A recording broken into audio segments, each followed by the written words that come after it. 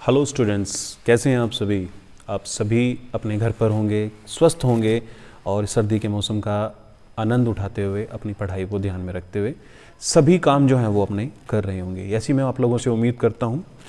बच्चों, जिस तरीके से आज मुझे एक न्यूज़पेपर के अंदर पढ़ने को मिला, एक न्यूज़ में मैंने देखा सुना कि अमूमन जो हमारे मेट्रो सिटीज़ थे उसके अंदर जो केसेस थे, उन केसेस की टेंडेंसी जो है पिछले 2 दिन में काफ़ी कम हुई है। मैं आज 19 जनवरी 2022 के बारे में बात कर रहा हूँ।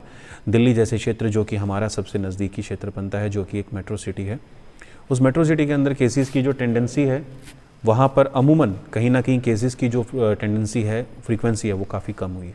तो आप लोग ये उम्मीद मान कर चलिए जो आप लोगों की परीक्षाएँ हैं वो अभी किसी भी रूप से निर्धारित नहीं है कि वो ऑनलाइन होंगी या ऑफलाइन होंगी। तो किसी तरीके का मिथ भ्रम आप अपने दिमाग पर, अपने मन पर मत बनाइएगा। आप हर सिचुएशन के लिए अपने आप को तैयार कीजिए ताकि कभी भी किसी भी मोड़ पे अगर आपको कोई सरप्राइज़ मिले तो आप उस सरप्राइज़ के लिए तैयार हो। First of all thank you so much. ये एक छोटी सी इंस्ट्रक्शन थी मेरे लिए ना। अब आते हैं हमारे मेन टॉपिक यानी कि ओशंस की तरफ। ओशंस से पहले बच्चों हम पढ़ चुके हैं कि महासागर का जो नीतल है, उस नीतल का विकास, उस नीतल पर पाए जाने वाली विशेषताएं, टोपोग्राफी, स्थलाकृतियाँ कौन कौन सी हैं। मगन तट, महाद्वीपीय उत्थान, महाद्वीपीय ढाल, फिर महाद्वीपीय उत्थान, फिर नीतल मैदान। उसके अलावा हमने देखा कि जलमग्न कटक हैं, नीतल की पहाड़ियाँ हैं, गुयाट हैं। उसके अलावा हमने देखे गर्त या डीप पॉइंट खाइयाँ या गर्त जिसे आप कहते हैं।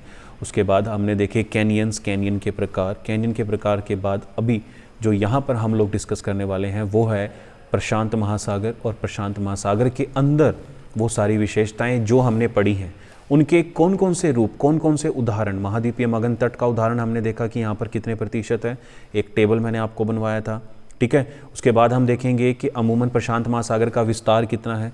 तो ये सारी छोटी छोटी चीज़ें जो यहाँ पर हम डिस्कस करते चलेंगे। बच्चों, मेरी एक सजेशन है आप लोगों के लिए, वो सजेशन ये रहेगी क्योंकि यहाँ पर हम तीनों महासागरों के अंदर पाए जाने वाली विशेषताओं के बारे में चर्चा करेंगे, तो आप सभी बच्चे एक फ्लो चार्ट, एक कंपैरेटिव डायग्राम जो है वो बना लें। क्योंकि प्रशांत महासागर के अंदर सबसे पहले हम उसका विस्तार पढ़ेंगे, तो विस्तार हम अंध महासागर और हिंद महासागर का भी पढ़ेंगे।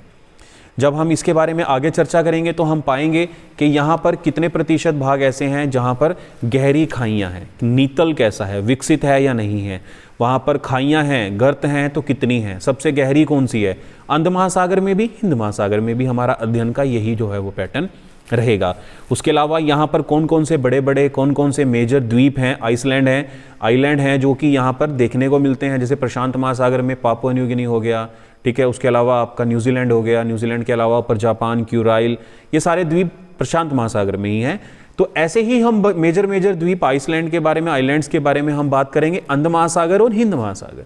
फिर हम देखेंगे कि कौन कौन से सागर ऐसे हैं जो प्रशांत महासागर के साथ जुड़े हुए हैं, और उन प्रशांत महासागर के अंदर जो सागर जुड़े हुए हैं जैसे कि जापान सागर, दक्षिणी चीन सागर, ठीक है, बेरिंग सागर, अखोत सागर, ये प्रशांत महासागर के साथ जुड़े हुए सागर हैं। ऐसे ही हम जब अंध महासागर में आएंगे तब देखेंगे लेब्राडोर सागर, लेब्राडोर के सागर हम देखेंगे, जो हमारा इंग्लिश चैनल है वो उसका भूमध्य रेखा के साथ विस्तार। उसके अलावा हम देखेंगे कि मैक्सिको की खाड़ी जो कि अंध महासागर के साथ है, पूर्वी ग्रीनलैंड के ऊपर जो सागर है वो भी इसी के भाग के अंदर आता है, सारगेसो सागर भी अंध महासागर में है। ये सारे पढ़ेंगे। उसके बाद हम हिंद महासागर में जाएंगे तो अरब सागर, बंगाल की खाड़ी के अलावा जो अन्य छोटे छोटे सागर्स होंगे जो वो भी, उनके बारे में हम यहाँ पर जोड़ेंगे। तो मेरे समझाने का मतलब सिर्फ इतना है बच्चों कि यहाँ पर अब कंपैरेटिव जो स्टडी है वो आपके लिए हेल्पफुल होगी। एक सिंगल कंपैरेटिव चार्ट आप प्रशांत महासागर, अंध महासागर और हिंद महासागर का प्रिपेयर करेंगे और मेरे पास वो सेंड करेंगे। उसका फायदा बच्चों ये होगा कि जब भी आपके पास ये क्वेश्चन आएगा, यही आएगा, इन क्वेश्चंस में एक आएगा, एक महासागर के बारे में या महासागर के नीतल की विशेषताओं के बारे में विस्तार पूर्वक व चित्र सहित वर्णन करो। तो आपको आंख बंद करके सिर्फ एक पेज पढ़ना होगा और एक पेज पढ़ने के बाद आपको सारा का सारा चैप्टर, भले ही वो आपसे तीनों महासागरों में से कोई भी पूछ ले, आप आराम से उसको कंपैरेटिवली लिख पाओगे, समझ पाओगे और बता पाओगे। तो आज हम डिस्कस करने वाले हैं प्रशांत महासागर सिर्फ, और क्योंकि प्रशांत महासागर से रिलेटेड इन्फॉर्मेशन जो है वो थोड़ी सी आपको समझ में आ जाएगी ना, तो अंध और हिंद महासागर में के लेक्चर में जो टाइम लगना है वो कम हो जाएगा। आई होप कि आप लोगों को मेरी बात जो है वो कन्वे हो रही है। मैं ऐसा क्यों कह रहा हूँ, आप लोगों तक पहुँच रही है। तो चलिए बच्चों, बात करते हैं महासागर की। महासागरों से जुड़ी हुई इन्फॉर्मेशन सबसे पहले मैं आपको एक ब्रॉड वे में समझा दूं कि हम यहाँ पर कौन कौन सी चीज़ों का अध्ययन जो है वो करेंगे। सबसे पहले हम अगर किसी भी ओशंस के बारे में पढ़ेंगे बच्चों, तो ओशन में सबसे पहला हम डिस्कस करने वाले हैं उसका विस्तार। चाहे वो कोई तीनों महासागर में से भी कोई हो, जैसे प्रशांत महासागर का विस्तार, उसका क्षेत्र और उसका आकार। ठीक है, विस्तार हो गया, विस्तार के साथ हो जाएगा इसका आकार। ठीक है बच्चों। उसके बाद आ जाएगा नीतल, यानी कि उसका फ्लोर। इसके नीतल का मतलब है कि यहां पर कितनी गर्त हैं, कौन कौन सी गर्त हैं। ठीक है, कटक हैं या नहीं है। ठीक है, कटक, गर्त, कोई कैनियन है या नहीं है, पठार जिसे आप गुयाट कहते हैं, कोई पठार यहां पर विकसित है या नहीं है तो कौन सा है, कितनी गहराई पर है, क्या विशेषताएं हैं। उसके अलावा इसमें रहेंगे मुख्य द्वीप, द्वीप के साथ जो यहाँ पर डिस्कस करेंगे वो रहेंगे हमारे इसमें सागर होंगी, सागर के साथ या फिर खाड़ियाँ रहेंगी। ठीक है, तो ये सारा जो एक्सप्लेनेशन रहेगा हमारा पूरा इसी चैप्टर के अंदर रहेगा। तो प्रशांत महासागर और अन्य महासागरों के बारे में जो हम डिस्कशन करेंगे उसमें हम स्टेप बाय स्टेप यानी एक एक क्वेश्चंस के बारे में डिस्कशन अभी करते हैं। ठीक है, तो स्टार्ट करते हैं प्रशांत महासागर से रिलेटेड इन्फॉर्मेशन। और प्रशांत महासागर में एक बार मैं थोड़ा सा टाइम ज़्यादा इन्वेस्ट करूंगा, उसके बाद आप लोगों को मैंने बताया कि अंध और हिंद महासागर की पूरी इन्फॉर्मेशन आप लोगों के साथ ईजिली कन्वे करने में मुझे ज़्यादा टाइम नहीं लगेगा। तो चलिए बच्चों, सबसे पहले हम इनका अध्ययन क्यों रहे हैं, क्योंकि हम जानते हैं कि प्रशांत या कोई भी जो सागर हैं, नदियां हैं, झीलें हैं, तालाब हैं, ये सारे के सारे जो हैं वो हमारे पृथ्वी का एक बहुत बड़ा हिस्सा जो है वो घेरे हुए हैं।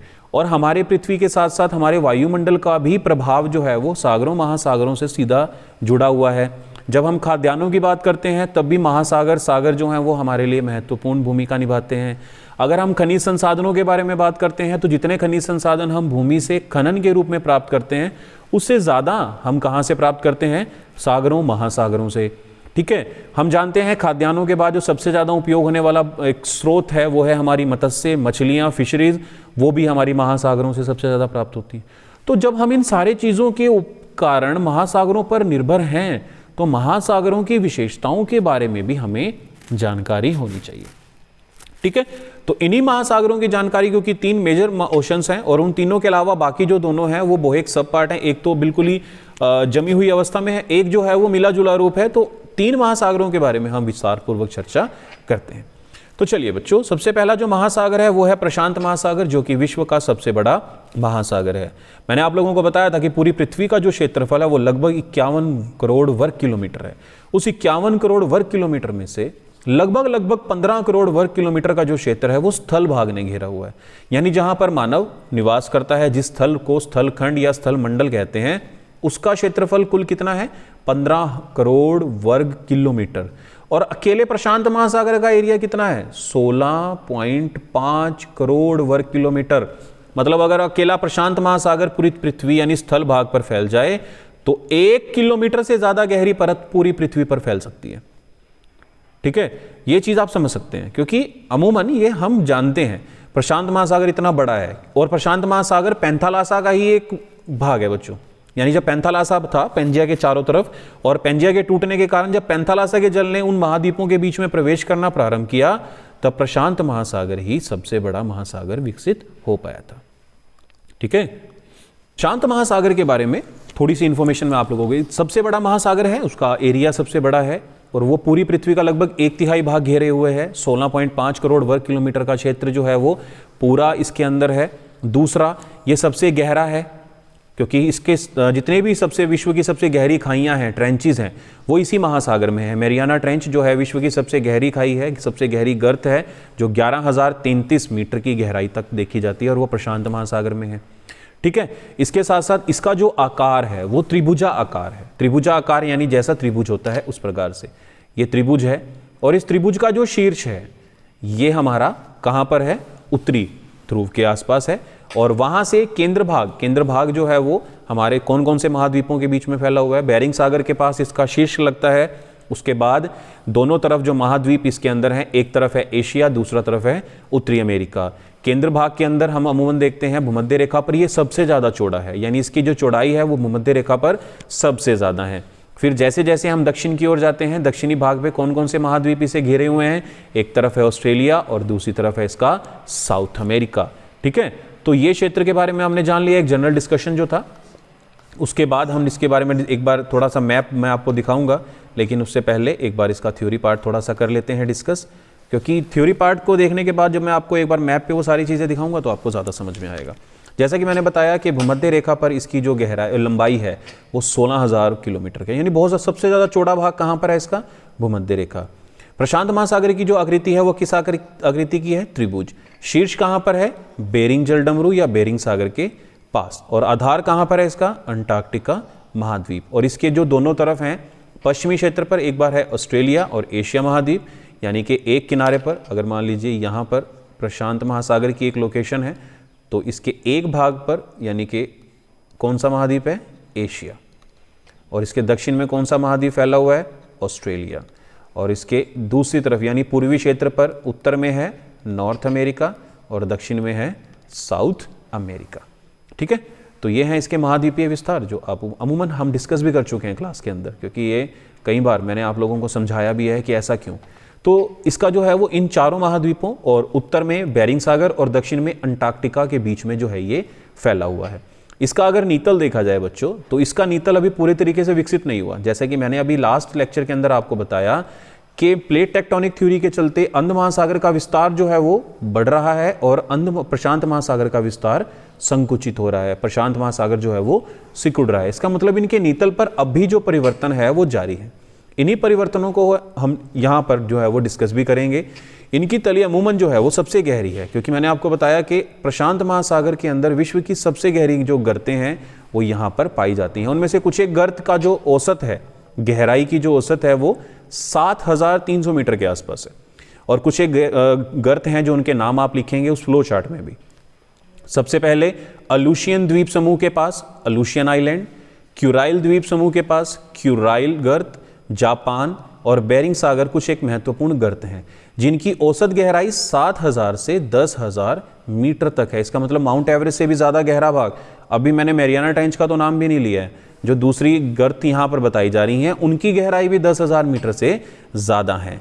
प्रशांत महासागर में कुछ एक गुयाट भी हैं जिन्हें समुद्री पर्वत हैं, जिसे अब अबेसिल हिल बोलते हैं, गुयाट भी हैं जिन्हें पठार बोलते हैं, और जैसे कि पठारों में अल्बाट्रोस का पठार यहाँ पर सबसे ज़्यादा फेमस है। अच्छा, यहाँ पे कुछ एक राइस भी हैं, यानी कि कुछ एक ऐसे भाग जहाँ पर ज्वालामुखी क्रियाओं के चलते जो लावा का, मैग्मा का निक्षेपण इस प्रकार से हुआ कि वो नीतल से काफ़ी ऊपर की तरफ उभार ले गए, ऊपर की तरफ उठ गए हैं, यानी हवाई श्वेल, यानी कि हवाई जो एक द्वीप समूह है प्रशांत महासागर में, सबसे ज़्यादा ज्वालामुखी यहाँ पर भी फटते हैं। मतलब ज्वालामुखी का जो एक प्रभाव है वो हवाई द्वीप के ऊपर भी ज़्यादा देखा जाता है, जिसके चलते यहाँ पर उभार जो है वो देखने को मिलता है। यानी एक तरफ तो गहरा भाग और उस गहरे भाग के पास कोई क्षेत्र ऐसा है जो कि थोड़ा सा अपलिफ्ट हो चुका है, उभार ले चुका है। अच्छा, इसमें जो मुख्य खाइयाँ हैं वो हैं मिंडनोवा खाई और मेरियाना ट्रेंच। ये दोनों ही खाइयाँ जो हैं वो प्रशांत महासागर और एशिया महाद्वीप के बीच में जो है वो देखी जाती हैं। मिंडनोवा जो खाई है, गर्त है, उसकी गहराई 10,500 यानी माउंट एवरेस्ट से लगभग 1600 मीटर से ज़्यादा गहरा, और दूसरी तरफ है हमारा मेरियाना ट्रेंच जो कि माउंट एवरेस्ट से लगभग 2000 मीटर से ज़्यादा गहरा है। मेरियाना विश्व की सबसे गहरी गर्त है जिसके बारे में हम ऑलरेडी डिस्कस कर चुके हैं। प्रशांत महासागर और दक्षिणी पूर्वी भाग में कुछ एक कटक पठार जैसे कि हैं वो भी मैंने बताया। विश्व का सबसे बड़ा जो पठार है महासागरों के अंदर डूबा हुआ वो है अल्बाट्रोस पठार, ये भी प्रशांत महासागर के अंदर ही है। ठीक है, इसके अलावा अन्य जो दक्षिण पूर्वी प्रशांत पठार हैं जिनकी गहराई 4000 मीटर है, यानी सतह से 4000 मीटर गहरा है, और इनका जो विकास है, विस्तार है, वो एंडीज पर्वतमाला के पास है। एंडीज पर्वतमाला कौन से महाद्वीप की पर्वतमाला है बच्चों? एंडीज पर्वतमाला दक्षिणी अमेरिका की पर्वतमाला है जो कि पश्चिमी क्षेत्र पर विकसित है। पश्चिमी भाग यानी पश्चिमी तट जो है वहां पर ये इसका विकास है। और उत्तरी अमेरिका के अंदर कौन सी पर्वतमाला है? रॉकीज पर्वतमाला है, वो भी पश्चिमी क्षेत्र पर ही विकसित हैं। और इसी के क्षेत्र के आसपास अटाकामा गर्त जिसकी गहराई 8000 मीटर और टोंगा गर्त भी प्रशांत महासागर की ही गर्त है जो एंडीज पर्वतमाला के समीप बनी है।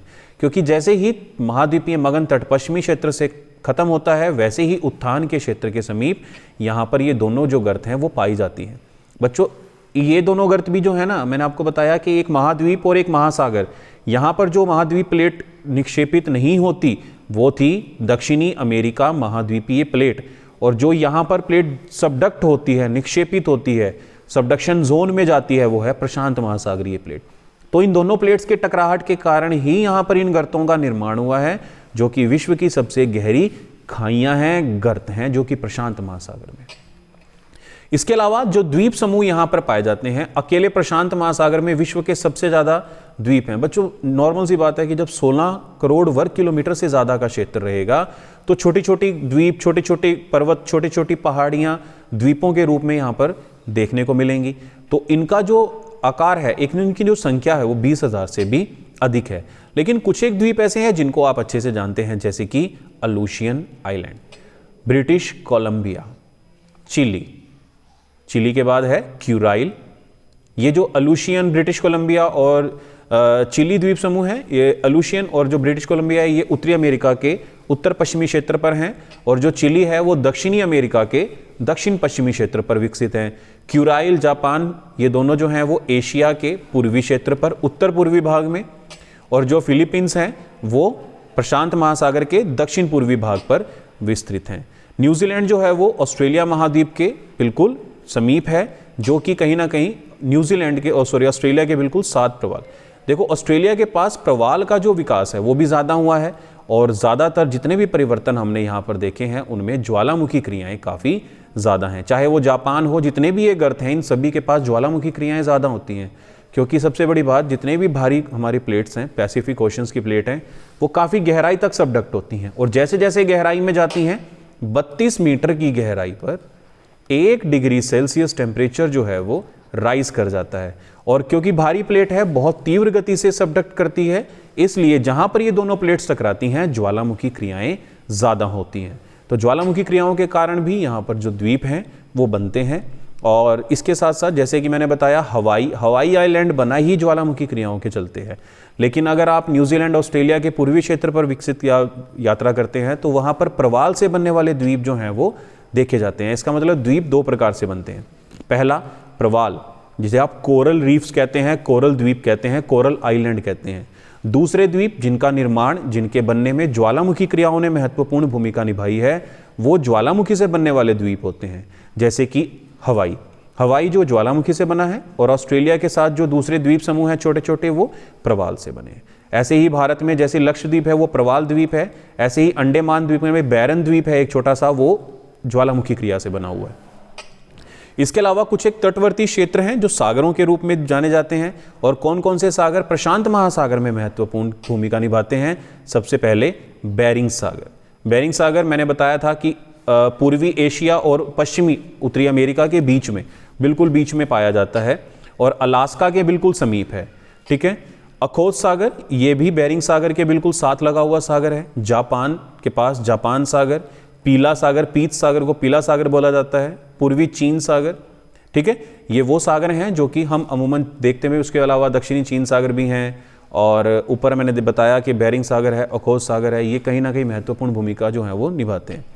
दूसरा, पूर्व की ओर जो है वो सागर कम है, पश्चिम में थोड़े ज़्यादा हैं, पूर्वी क्षेत्र पर सागर कम है, लेकिन खाड़ियाँ जो हैं वो भी काफ़ी महत्वपूर्ण हैं। अब एक खाड़ी का नाम अगर आप लिखना चाहें तो लिख सकते हैं कैलिफोर्निया की खाड़ी, जो प्रशांत महासागर पर विकसित है। क्योंकि ये आप छोटी छोटी लोकेशन जो मैं बता रहा हूँ, ये धाराओं वाले चैप्टर के अंदर भी आप लोगों के अंदर थोड़ी सी हेल्प करेंगी। तो आई थिंक बच्चों, ये जो एक छोटा सा एक लेक्चर था, ब्रीफ लेक्चर प्रशांत महासागर के, उसके बारे में, इसको मैं आप लोगों को एक बार थोड़ा सा इसके मैप के ऊपर इसे दिखा देता हूँ, ताकि आप लोगों को ये सारी चीज़ें जो हैं वो जर्नलाइज हो जाएं। तो बच्चों, ये है आपका मैप जो कि प्रशांत महासागर का है। प्रशांत महासागर को जब आप एक समतल कागज पर बने मानचित्र पर देखते हो तो थोड़ी सी कन्फ्यूजन इसलिए हो जाती है कि इसका आधा भाग एक भाग में नज़र आता है, आधा दूसरी तरफ नज़र आता है। परंतु जब इसे आप ग्लोब पर देखते हो तो ग्लोब के ऊपर देखने के बाद आपको ये पता चलता है कि प्रशांत महासागर जो है वो किस प्रकार से एक त्रिभुजाकार आकृति लिए हुए। इसका जो पश्चिमी क्षेत्र है बच्चों, पश्चिमी क्षेत्र पर एशिया और ऑस्ट्रेलिया ये महाद्वीप, और इसके पूर्वी क्षेत्र पर नॉर्थ अमेरिका यानी कि उत्तरी अमेरिका, और दक्षिणी भाग पर दक्षिणी अमेरिका महाद्वीप जो है वो भाग पाया जाता है। इसका जो शीर्ष है वो बेरिंग सागर पर है, जैसा कि मैंने बताया कि वो एशिया और उत्तरी अमेरिका के बिल्कुल केंद्र में है। भूमध्य रेखा पर इसकी जो चौड़ाई है, लंबाई है सॉरी, वो 16,000 किलोमीटर के आसपास है। इसका जो बेस है, आधार है, वो अंटार्कटिका महाद्वीप तक पाया जाता है। एशिया महाद्वीप के पास जो हमारे द्वीप हैं वो सभी द्वीप प्रशांत महासागरीय विशेषताओं को धारण करते हैं। ज्वालामुखी द्वीप हैं जैसे कि क्यूराइल हो गया, जापान हो गया, बेनिंग हो गया, उसके अलावा अलूशियन है, देखिए अलूशियन खाई अलूशियन आइलैंड के बिल्कुल समीप है। उसके अलावा मिंडोवा खाई जो है वो यहाँ पर है, मिसिसिपी, और हवाई कटक जो कि हवाई द्वीप समूह के पास है, ये सबसे ज़्यादा डिस्टर्ब है वोल्केनो के चलते और यहाँ पर ज्वालामुखी विशेषताएं ज़्यादा देखी जाती हैं। अच्छा, मेरियाना ट्रेंच, जापान, क्यूराइल और बेनिंग, ये चारों जितनी भी हैं खाइयाँ, गर्त जो हैं विश्व की सबसे गहरी गर्तें हैं। यहाँ की औसत गहराई 7000 से लेकर 11000 मीटर के आसपास पाई जाती है। दक्षिणी चिली कटक जो है वो हमारे दक्षिणी अमेरिका के बिल्कुल पश्चिमी तट पर चिली के द्वीप के पास पाई जाती है। जहाँ पर उत्तरी अमेरिका और दक्षिण अमेरिका का मिलन होता है वहाँ पर एक उभार पाया जाता है प्रशांत महासागर में, जिसे अल्बाट्रोस का पठार कहते हैं। इसके थोड़े से दक्षिण और पूर्वी क्षेत्र पश्चिमी क्षेत्र पर दक्षिण पूर्वी प्रशांत का पठार जो है वो पाया जाता है। भूमध्य रेखा से नीचे यानी कि दक्षिणी भाग में दक्षिणी प्रशांत महासागर में 2 खाइयाँ पाई जाती हैं, एक टोंगा है, दूसरा कर्माडेक है। ठीक है, तो ये एक जनरल सा व्यू है जिसको मैंने आप लोगों के साथ शेयर किया, और इस जनरल व्यू के बाद जो हमने डिस्कशन किया था बच्चों, उसी डिस्कशन के आधार पे अगली जो भी आपकी क्लासेस रहेंगी उन क्लासेस के अंदर हम आने वाले दोनों महासागरों की विशेषताओं को भी इसी प्रकार से देखेंगे। तब तक आप एक कंपैरेटिव स्लेट जो एक चार्ट है वो तैयार कर लीजिए, क्योंकि बुक आप सभी के पास है और आज मैं आप लोगों के पास एक PDF जो है इस बुक की भी आप लोगों के पास भेज दूंगा, ताकि आप लोग अपने बिहाव पे इस PDF की मदद लेकर इन वीडियोस को देखते हुए कंपैरेटिव चार्ट, एक स्टेटमेंट तैयार करें। जब भी इस क्वेश्चन को पढ़ें एक साथ तीनों आपको रिमाइंड हो जाएं। तो आई होप कि ये लेक्चर आप लोगों के लिए क्लियर रहेगा। सो अगर कोई डाउट है तो गूगल मीट की नेक्स्ट क्लास, यानी कि जैसे ही ये चैप्टर हमारा ओवर होगा उसके बाद एक मीट पे क्लास रहेगी जो कि डाउट सेशन, क्वेरी सेशन के रूप में रहेगी।